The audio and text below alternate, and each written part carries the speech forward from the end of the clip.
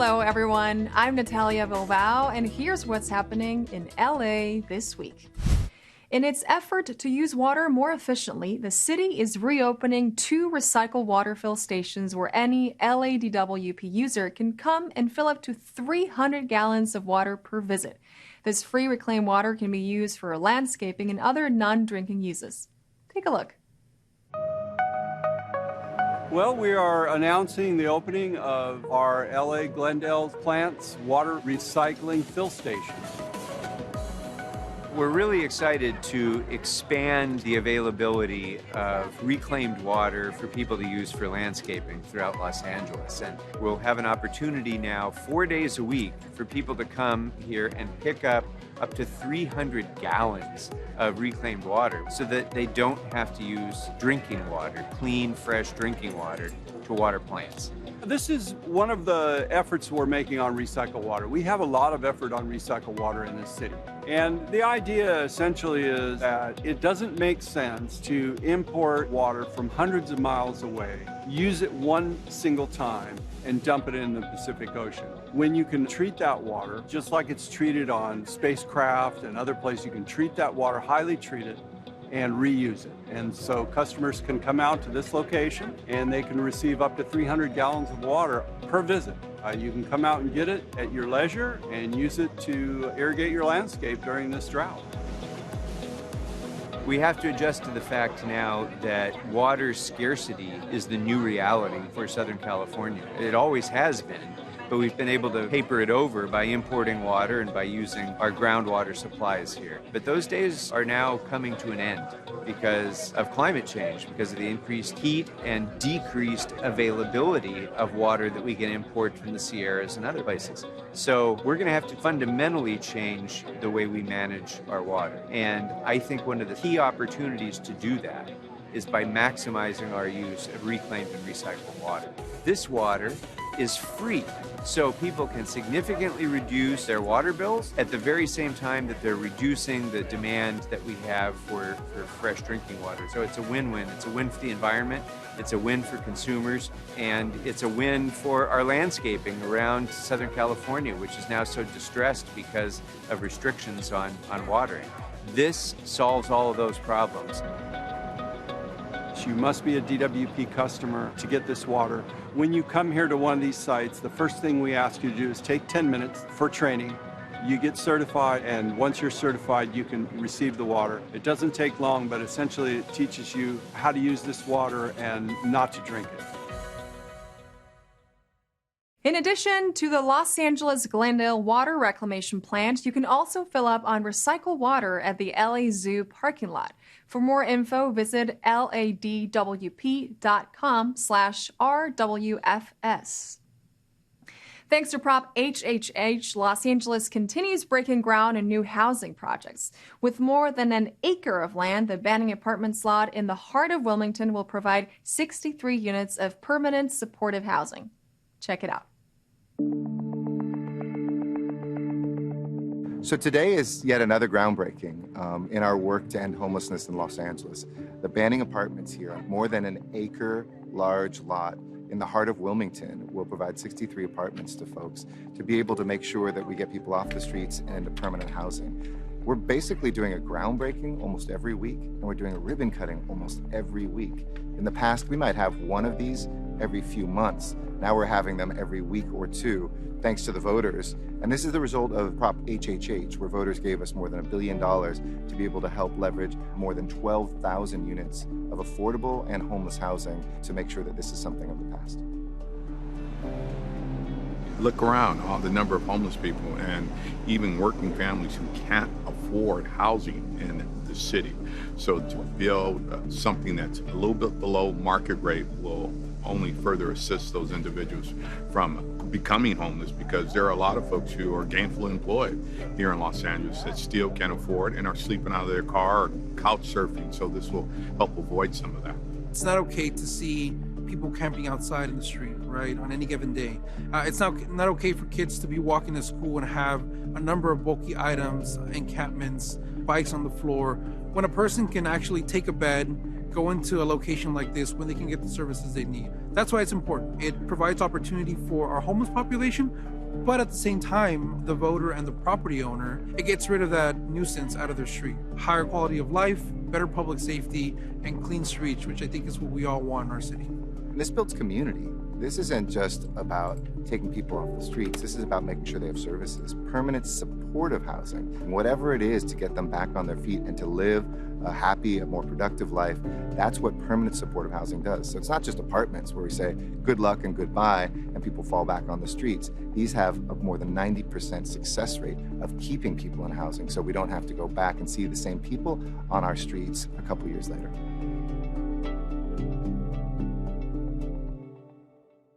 With the summer holidays coming to an end, kids are getting ready to go back to school. The LAPD Harbor Division gave back to the community they serve by collaborating with the 99-cents only stores in a backpack giveaway at Peck Park. Today we're having a backpack giveaway to prepare the LAUSD and surrounding school districts for the upcoming 2022-2023 school year. I think in this area here, in particular San Pedro, Wilmington, Harbor City, and the gateway that Harbor Division covers, there is a low-income population that possibly doesn't have any school supplies for them to be ready for a back to school. Having an event such as this, partnering up with the 99-cent store, it helps us out in ensuring that these kids are prepared for the school year. The LAPD Harbor Division reached out to us and asked if we would participate in a backpack giveaway. We did this last year on a smaller scale, but this year we decided to do backpacks for all the kids that are in LA Unified. It's really important that the businesses in the communities that they are in work to establish relationships with not only kids, families, social agencies, government agencies. If we all work together to put to task what needs to happen in the community as far as helping our children, helping our families. This doesn't take a lot of effort, but it takes a will, and that's why we're here today with the LAPD. This is just a great event, and I understand the police department do this all the time along with the 99-cent store. It is so important for children to start school on an even keel with all of their peers, and having the opportunity for them to get the school supplies they need, to get the backpack to participate is so important, and it's so important for their parents to be able to give them this. And the families are in great need. When you don't have enough food, having these kind of things is such a luxury, and to have the kids to be able to come over here and pick the ones they want is just very, very important. No, pues está bien lo que hacen para ayudar a las familias con los útiles escolares para los niños. Pues sí se ahorra uno algunos 40, 60 por niño. Today's event is one of many that hopefully will come through and will continue to come for everybody else, for the community, and yeah, it's exciting, and it's very cool that the police department is putting their part involved and helping out to the community. So yeah, it's helpful. Very good. This is probably the first year that we've done backpack giveaway of 2,500. That is a huge number. So again, to see these backpacks go to the LAUSD students that need it, it's great. We would want to give back as much as we can to the community that we serve. Our greatest gift is collaboration. We can do so much if we coordinate. We can do so much if we work together. We all need to kick together in order to get to where we're going, and organizations like this, events like this, make that all very possible.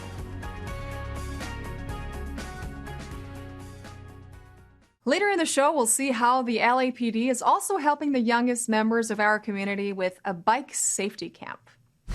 The LADWP proposes a new program called Cool LA. The LADOT is accepting requests for crossing guards, and Recon Parks appoints a new general manager. These stories up next on City Beat.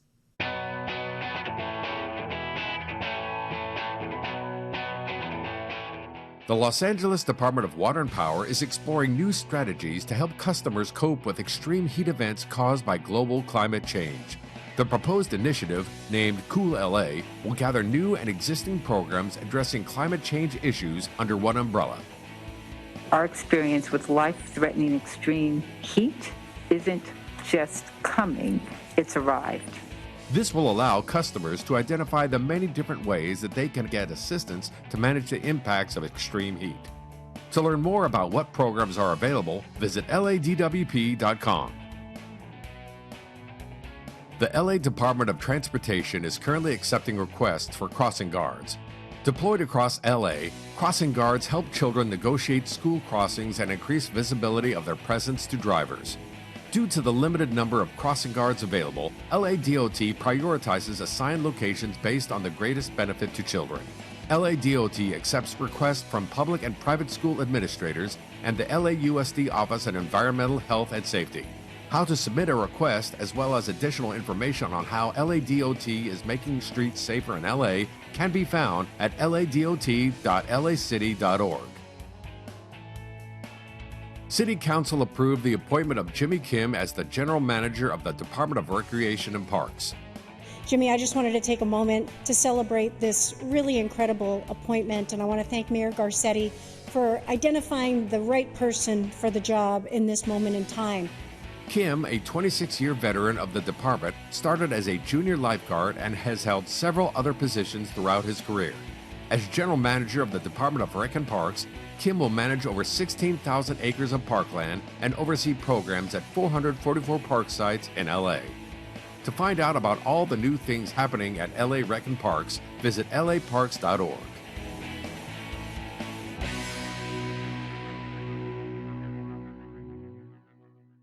Summer is in full swing and many young Angelinos are enjoying pools to cool off and have fun. Channel 35 took a trip to the LA 84 John C. Argue Swim Stadium to talk about water safety with Monique Schwaneman of LA Rec and Parks. Check it out. Today we are talking about the very important topic of water safety. Regardless of age, water safety is so important for anyone around any body of water. Drowning is actually one of the leading causes of death in children, and most of these drownings occur in bathtubs and in personal pools.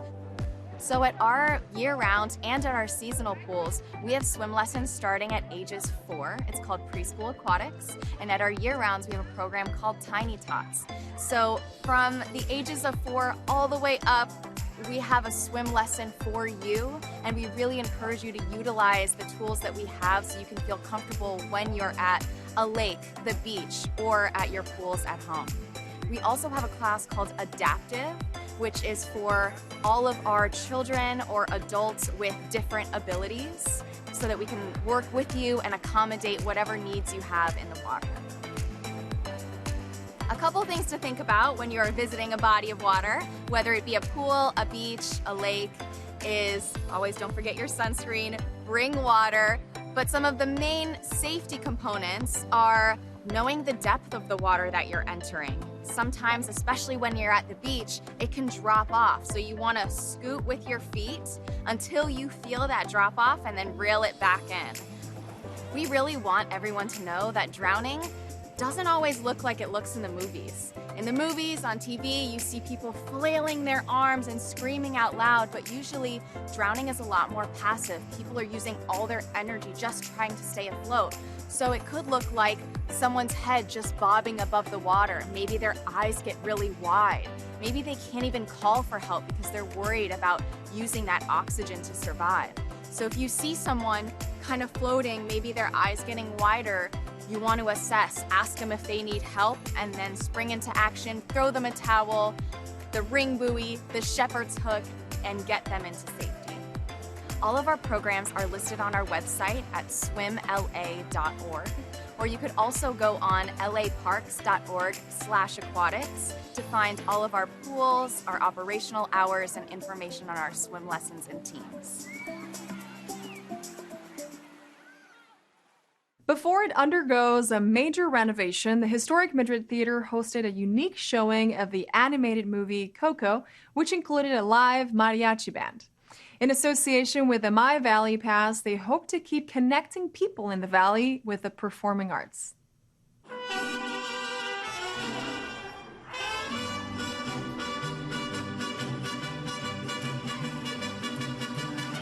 People are coming here today to see the movie Coco by Disney, and they're also here to see live mariachi, which is super exciting.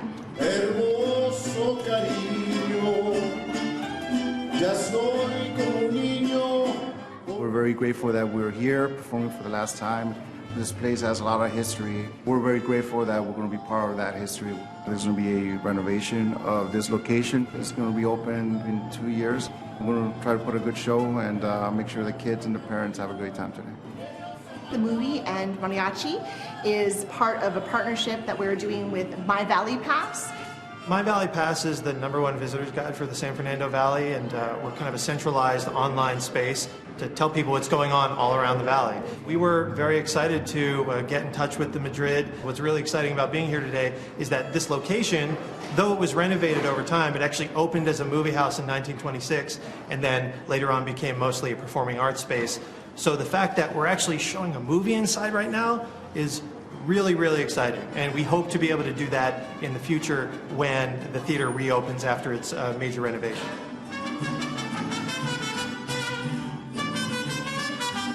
The Madrid Theater is a historic icon here in the community, and the council member is really interested in creating an arts district in this corner of Sherman Way. So we want to definitely support that and also reach out to the community and help be a part of the community that provides performing arts in a way that normally doesn't happen. Y en un año o dos tendremos un nuevo Madrid Theater y va a ser espectacular. El council member Bob Blumenfield ha podido alocar $4.8 millones para renovar este teatro. This is a very family-friendly way to introduce theater and hopefully in the future allow them to see performing arts that they may not have an opportunity to see otherwise. In comparison to most theaters that show performing arts, our ticket prices are much more affordable, and this means they're more accessible to the overall community at large. So we're super happy, and we can't wait to reopen with the new renovation project and start this all over again with everyone. It's part of our culture. The movie that we are watching, Coco, is a movie that identifies, our tradition, our roots, our family history, and what better way than to have it with live mariachi. One last time, let's hear it.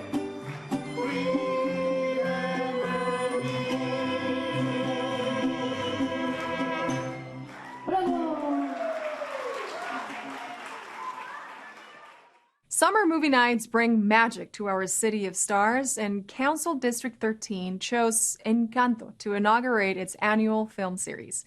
CD13 also joined forces with community organization Solive to provide a free food giveaway at the event in Juntos Family Park. Check it out.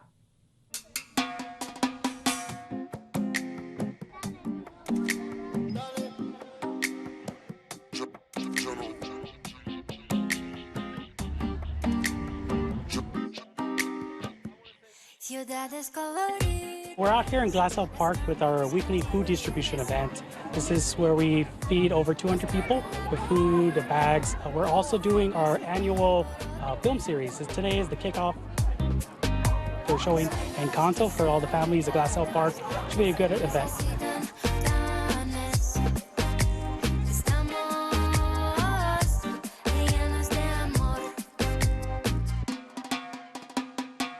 We've been helping a lot of community members with food insecurity, beans, rice, eggs, milk. We're also giving away popcorn and the Subway sandwiches. What is happening here today is just amazing. We have all of our community members here from Juntos Park coming out not only to enjoy watching a wonderful movie in community, but we're also bringing resources to our families here in this area. All throughout the summer, we will be feeding over 1,000 families. We provide food that is fresh, healthy, but also is foods that are part of our culture. Right now they give us bananas, potatoes, helps out a lot because everything just went up so high in pricing. Families that can't afford fruits and vegetables. There's going to be a movie and stuff, so that's good for the kids.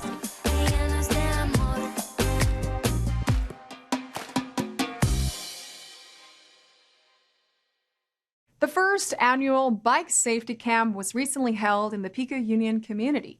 30 bikes plus accessories were donated to the children that participated in this unique event to learn safety tips from none other than the LAPD motorcade. It's never too early to learn about best practices for navigating the roads and streets of LA.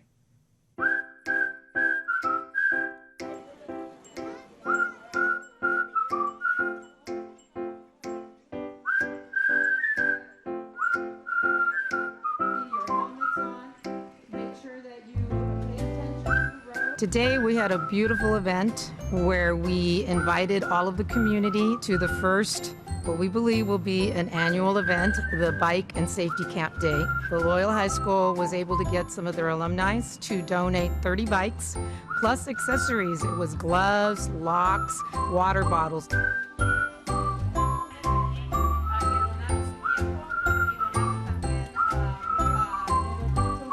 The LAPD motorcade was here. It is fun riding a bike, but you also have to be alert and be careful of the traffic. We brought the West Traffic Division motor officers to teach the kids about bike safety and how to ride the bikes on the streets. Mi niño está muy contento porque se ganó su bicicleta. Y además le va a ayudar para que hagan ejercicio, para que no estén jugando tanto el teléfono. People are more distracted in their cell phones. They're paying attention to not really the road. It's very important for you guys to just slow down and be more mindful of the pedestrian traffic.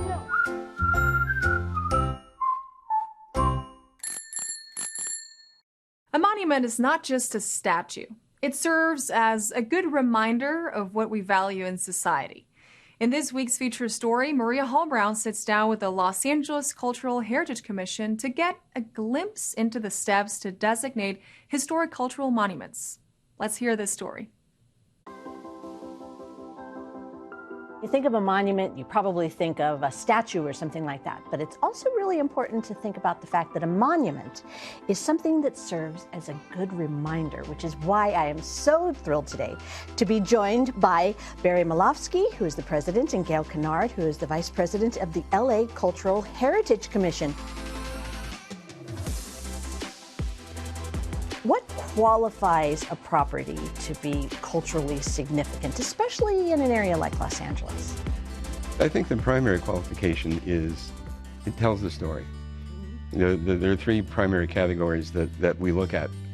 One of which is it a site which is important in city, national, or state history? Did something important happen there? Second criteria we look at is whether someone of note lived there. And the third category, which is the one that most people assume is what we look at, but really it's just one of the three categories, is it architecturally significant, or is it the work of a master architect? Why is this important? Why is it necessary to maintain the forward momentum and make sure that these places are acknowledged and recognized? We have over 1,200 historic cultural monuments in the city.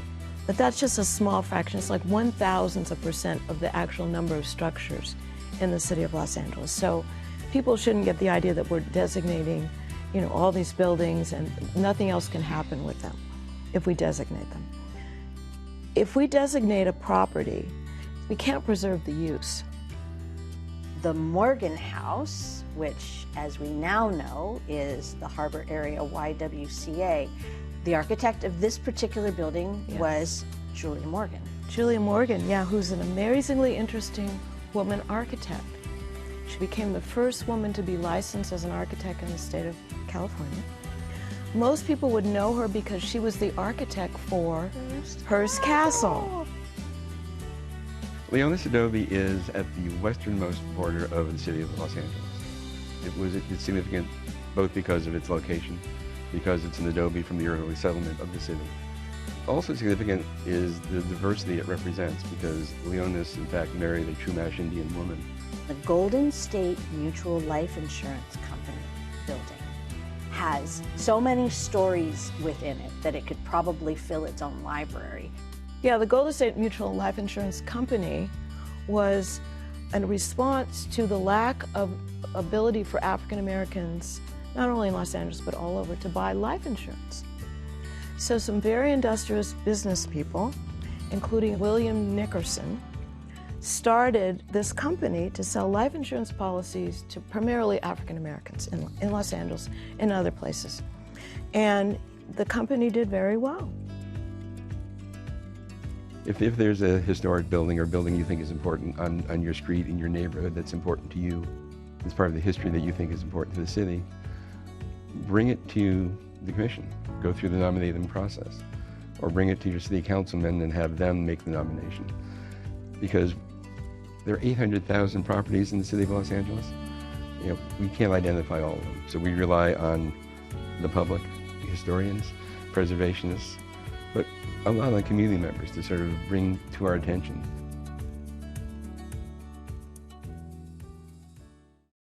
Immerse yourself in Japanese culture at the Nisei Week Festival. Enjoy a screening of the film Luca at Hansen Dam, or attend the next free summer concert at Warner Ranch Park. All this up next on Things to Do.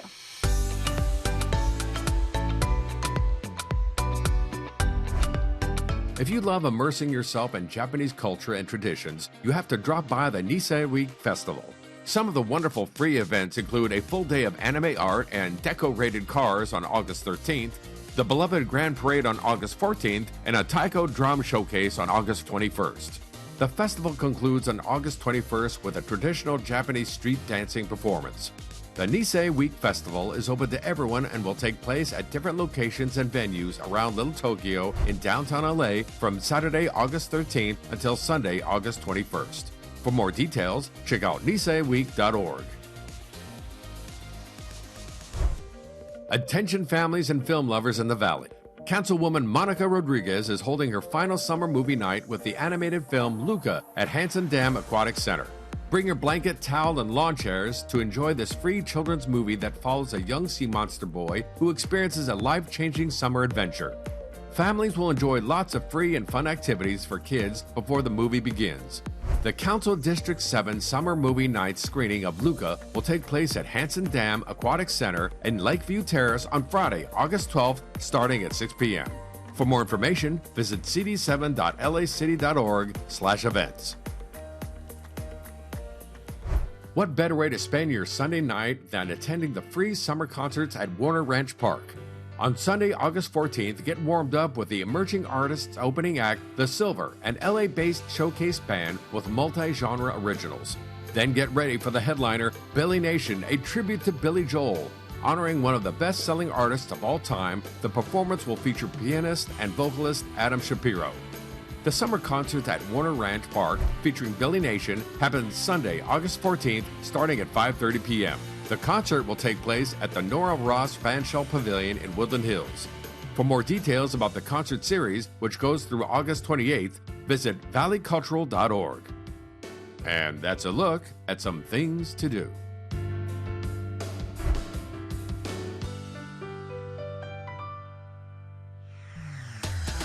And that's it for this edition. I am Natalia Bilbao, and from all of us here at LA This Week, thank you so much for joining us. A reminder that you can catch us online at lacityview.org, and we're also on Facebook, Twitter, and YouTube. See you next time for more LA This Week.